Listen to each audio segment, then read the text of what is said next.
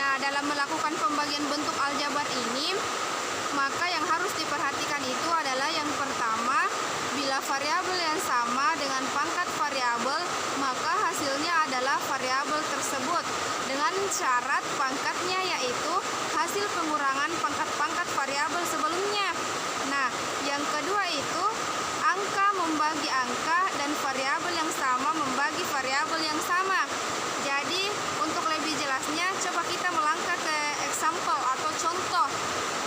Yang kita ambil contoh nomor 1 itu, misalkan kita punya 10A, terus dibagi dengan 5. Jadi, ini kalau misalkan pembagian seperti ini, kita bisa tuliskan dengan seperti ini, 10A per 5.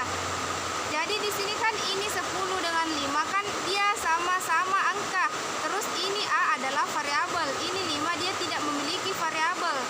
Oke, jadi 10 bagi 5 itu adalah 2. 5 kan tidak punya variabel, maka hasilnya adalah 2A. Seperti itu ya. Selanjutnya kita melangkah ke contoh yang kedua biar lebih jelas ya. Nah, misalnya di sini kita punya 15Z dibagi dengan Z. Berarti modelnya bisa seperti ini ya.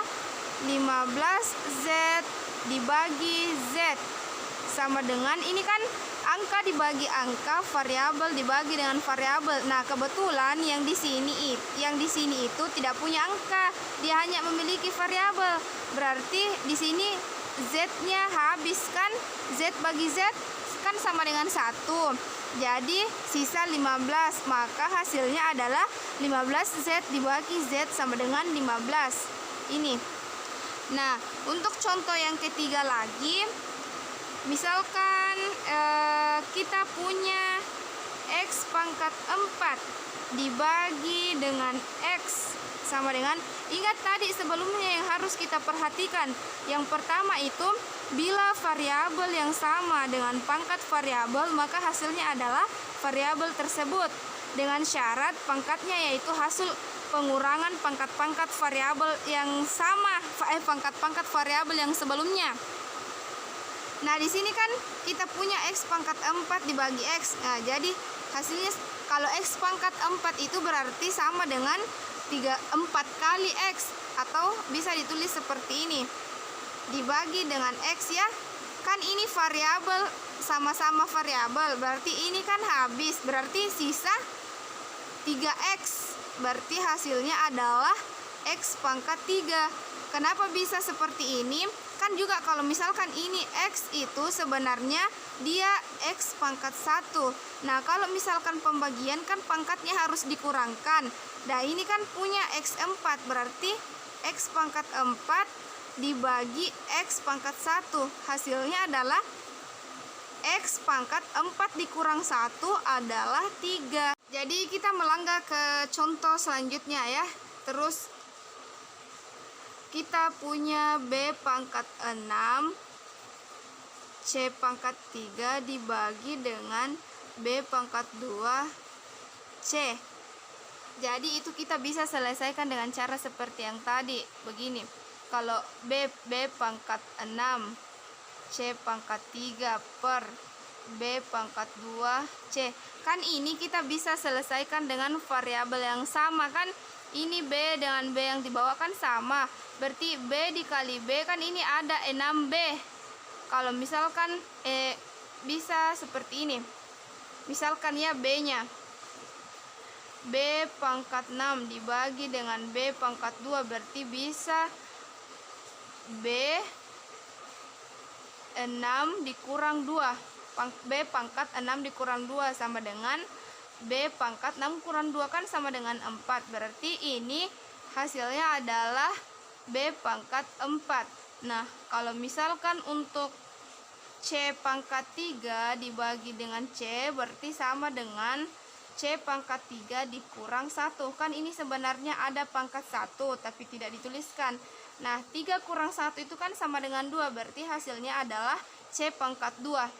Berarti ini hasilnya adalah C pangkat 2.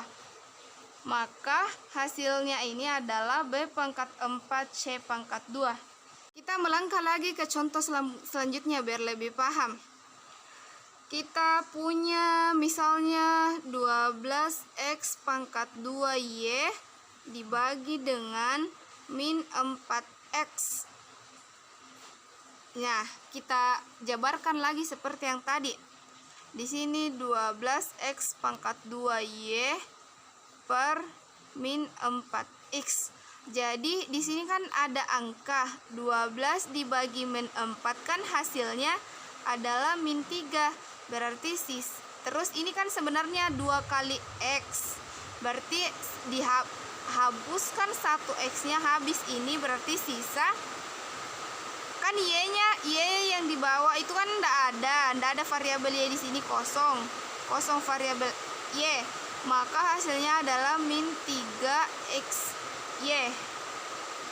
Oke. Nah, di sini yang perlu kita perhatikan juga di pembagian bentuk aljabar itu dia dibagi menjadi dua bagian. Yang pertama itu adalah pembagian tunggal. Ada dibilang pembagian tunggal dan ada dibilang pembagian tidak tunggal. Nah, yang pembagian tunggal ini artinya dia tidak melibatkan tambah dan kurang. Berarti tidak melibatkan tambah dan kurang. Jadi kalau untuk lebih jelasnya kita ambil contohlah 8xy dibagi 2y. Nah, ini kan tidak ada tambah dan kurangnya. Ini artinya pembagian tunggal. Kita bisa selesaikan dengan cara seperti ini. 8xy dibagi 2y. Nah, ini kan sama-sama angka. 8 bagi 2 kan 4. Terus x di sini kan tidak ada variabel x. Makanya kita langsung bagi saja y-nya. Jadi hasilnya adalah 4x. Nah, ini adalah contoh untuk pembagian tunggal. Dan yang kedua itu adalah pembagian tidak tunggal. Pembagian tidak tunggal. Jadi di pembagian tidak tunggal ini dia kebalikan dari pembagian tunggal. Artinya berarti dia melibatkan tambah dan kurang. Nah, untuk lebih jelasnya kita ambil example 4x pangkat 2 ditambah 8x dibagi 2x. Nah, kalau untuk cara seperti ini kita bisa selesaikan dengan menggunakan 4x pangkat 2 ditambah 8x. Cara seperti ini, 2x. Nah, di sini yang harus kita perhatikan terlebih dahulu 4x pangkat 2 dibagi 2x yang ini ya, yang pertama kita perhatikan. Jadi kalau di sini 4 dibagi 2 kan 2. X kuadrat dibagi x hasilnya adalah x. Jadi 4x kuadrat dibagi 2x hasilnya adalah 2x. Maka di sini 2x. Nah, kita kalikan dengan ini. 2 kali 2 kan 4. Terus x kali x adalah x kuadrat. Nah, kita kurangkan, maka hasilnya kan 0. Jadi sisa ini 8x. Nah, ini kan 8x. Jadi kita yang harus bagi di sini sisa 8x-nya. Nah, 8x dibagi dengan 2x. Nah, 8 bagi 2 kan 4. X bagi x kan 1. Jadi hasilnya adalah 4. Nah, karena di sini adalah positif, maka di sini kita pakai simbol tambah sama dengan 4. Coba kita kali ya. 4 kali 2x sama dengan 8x. Kalau dikurangkan hasilnya adalah 0. Berarti hasil dari 4x pangkat 2 ditambah 8x dibagi 2x adalah 2x ditambah 4. Selanjutnya kita ambil contoh lah satu kali lagi untuk yang pembagian tidak tunggal. Jadi misalkan x pangkat 2 dikurang 5x ditambah 6 dibagi dengan x kurang 2. Jadi kita bisa selesaikan dengan cara seperti ini. X pangkat 2 dikurang 5x ditambah 6 dibagi X kurang 2. Jadi kita selesaikan dulu ini yang pertama yang di sini. Jadi misalkan seperti ini, X pangkat 2 per X hasilnya adalah X, maka coba di sini X kita kalikan lagi dengan ini. X kali X kuadrat.